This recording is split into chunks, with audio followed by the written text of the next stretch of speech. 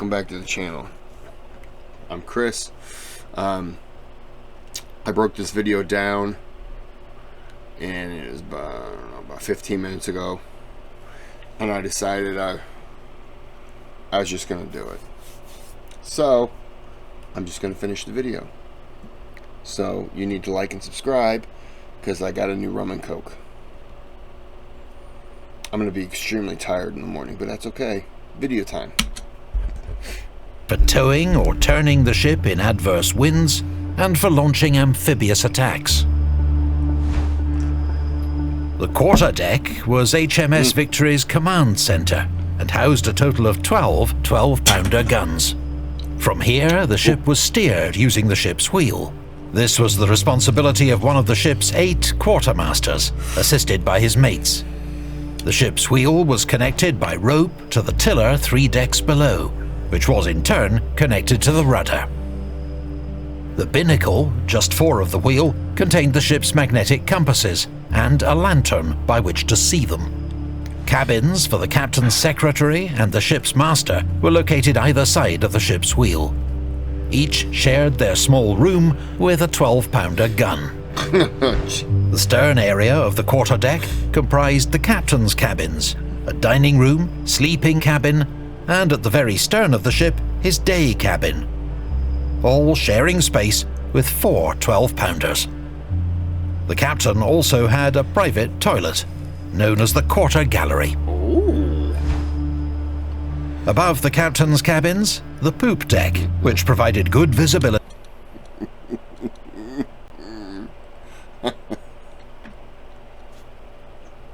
Let's get serious now. and access to the mizzenmast. It also housed the signal locker, containing the coloured flags used to communicate with other ships and shore. The Royal Navy's signals code had been recently revised by Admiral Howe. His system involved 14 flags, which could be arranged in various combinations to convey 340 messages. For emphasis, a gun might be fired. At night, signalling was by pre-agreed combinations of gunfire, coloured lanterns, and rockets.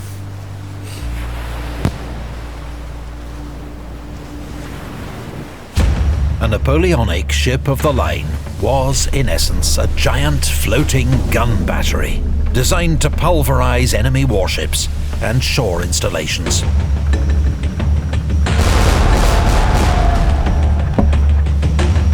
Victory's 3 largest decks were all about her guns, as indicated by their name, the upper, middle, and lower gun deck. The upper gun deck housed 30 12-pounder guns, 15 on each side. Forward in the round houses was the head for junior officers, rank bringing slightly more privacy and comfort. The sick bay was located in the forward area of the upper gun deck, as it got more fresh air and sunlight than the lower decks.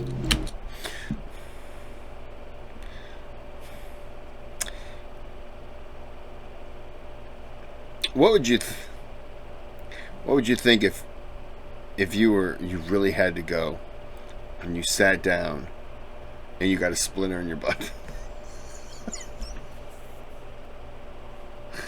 I'm sorry. Just made me laugh. It was screened off from the rest of the deck by canvas partitions.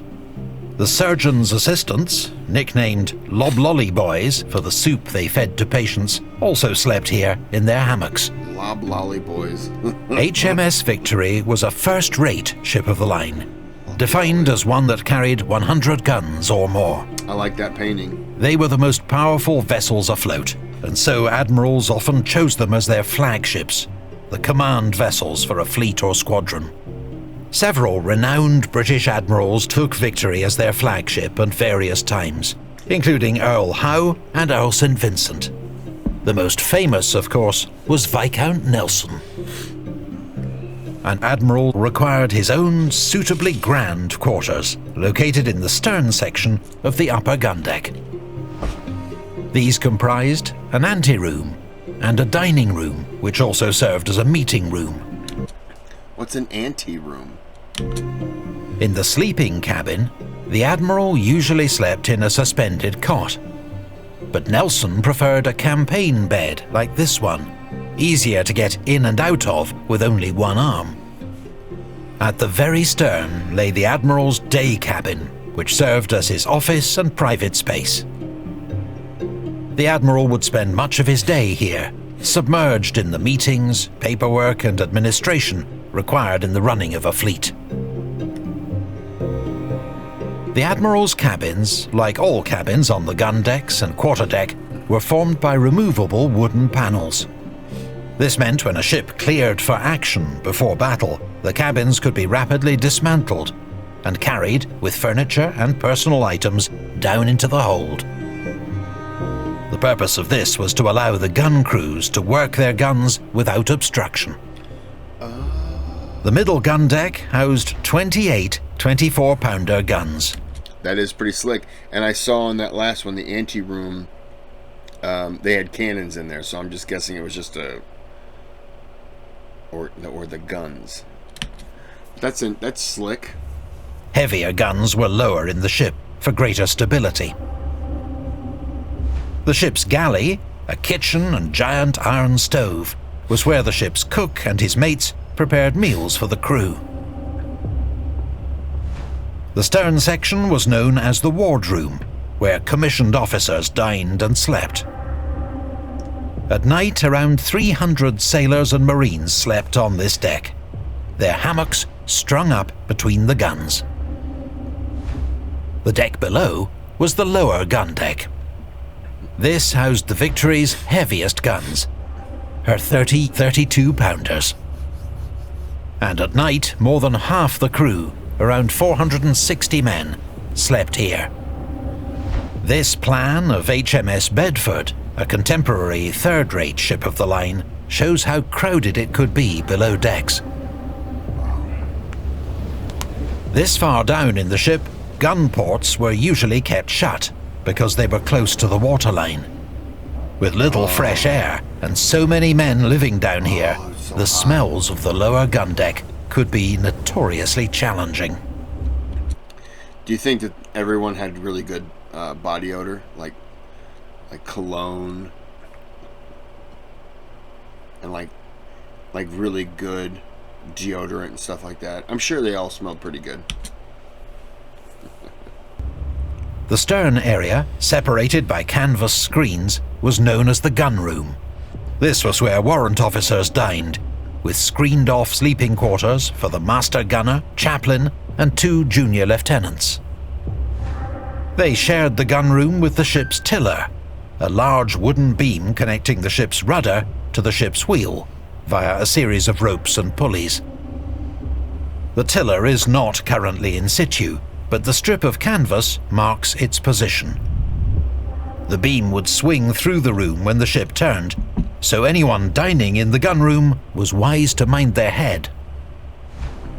Below the lower gun deck was the Orlop deck, a warren of small cabins and stores beneath the waterline, lit only by lanterns. The forward section contained storerooms and cabins for the boatswain and carpenter. The more open area by the main mast was known as the cockpit, fore and aft. The midshipmen berthed and messed here, but in battle it became the surgeon's operating theatre. At the Battle of Trafalgar, after Vice Admiral Nelson was shot on the quarterdeck by a French sharpshooter, he was carried down to the Orlop. Victory's surgeon was unable to save him, and this is where he died. Off the aft cockpit lay a series of cramped compartments, including personal storerooms for the captain and first lieutenant, the steward's room for issuing rations brought up from the hold, the surgeon's cabin and his dispensary, and various other cabins and storerooms. Forward and aft, hanging magazines held ready-made cartridges for the guns, sent up from the main magazine. The Orlop deck was surrounded by a passage known as the Carpenter's Walk, which gave the carpenter and his mates easy access to the ship's hull to plug any leaks. At the very bottom of the ship lay the hold, around 50,000 cubic feet, holding provisions for up to 6 months at sea. It was lined with 257 tons of iron ballast to keep the ship stable. This was covered by 200 tons of shingle, additional ballast, which provided a stable bed for the ship's 150-gallon water casks. Gotcha. These alone weighed roughly 300 tons at the start of a voyage. Other barrels contained 50 tons of salt beef, 50 tons of salt pork, and 45 tons of ship's biscuit. Various storerooms below contained items such as flour, spirits, tar and paint. The shot locker contained 100 tons of iron shot. Last but not least, the most vulnerable part of the ship, the Grand Magazine, holding up to 35 tons of gunpowder in 784 barrels. A fire here would cause an explosion that obliterated the ship and anyone aboard. Or if water got in, the gunpowder would be useless in battle. Therefore, elaborate precautions were taken to keep the magazine safe, including fire doors, fire-retardant plaster walls, copper sheathing to avoid sparks and keep out moisture and rats. The forward section of the magazine was the filling room. Here, loose gunpowder was scooped from this powder bin into cloth bags to make cartridges for the guns.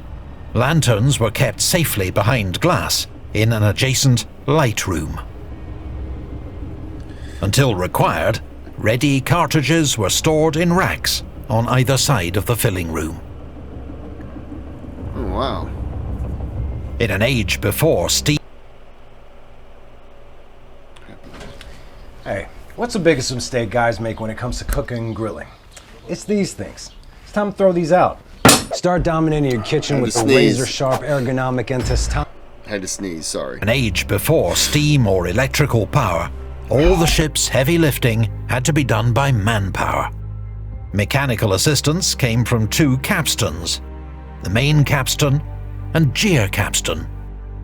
These were effectively giant winches, which extended vertically through the middle and lower gun decks. To turn them, bars were inserted into the capstan head, with up to 10 men pushing each bar.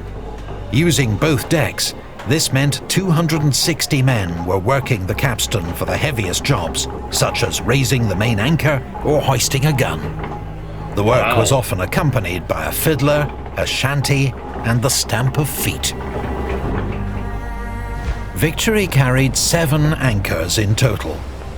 The heaviest, the best bower anchor, weighed 4 tons and was rigged at the starboard bow. The small bower anchor on the larboard side was only slightly smaller. Sheet, kedge and stream anchors served as spares and for keeping the ship stationary in small harbours or rough weather. All wooden ships leak at sea, even before hulls are split by cannonballs or hidden reefs. Victory had 4 crank-operated chain pumps, which could pump water out of the ship at approximately 1,300 gallons per minute. Holy crap. About 300 jerry cans worth. Why do wooden ships leak? Is it just you'll never get a good seal with them because of all the different layers of wood? It just, no matter what, you just won't seal them properly? Is that what it is? I'm not in the ship business, people. I don't know if you know. You look at me and you think I'm probably a Navy SEAL. And I'm not going to tell you I'm not, because I don't want you to be disappointed, but I'm not. I don't know why a Navy SEAL would have anything to do with that. I'm not in the Navy. Video. She also had 2 elm pumps for pumping seawater into the ship for washing and putting out fires.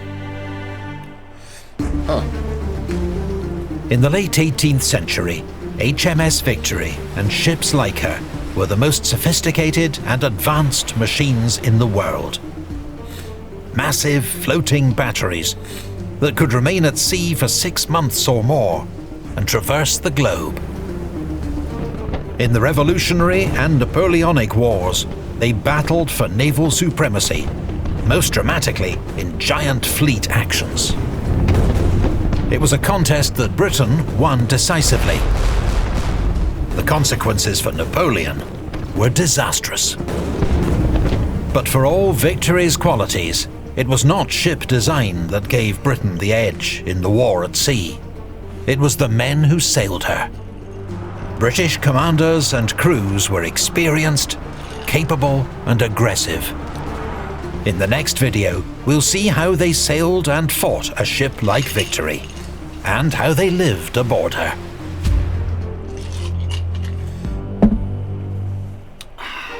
Our deep thanks to the National Museum of the Royal Navy and HMS Victory for their help. Thank you, Epic History TV. That was an awesome video. I'm not going to talk a whole lot because I need to get to bed, because I got to get up in 7.5 hours. Yeah. So, like and subscribe, or shut your face.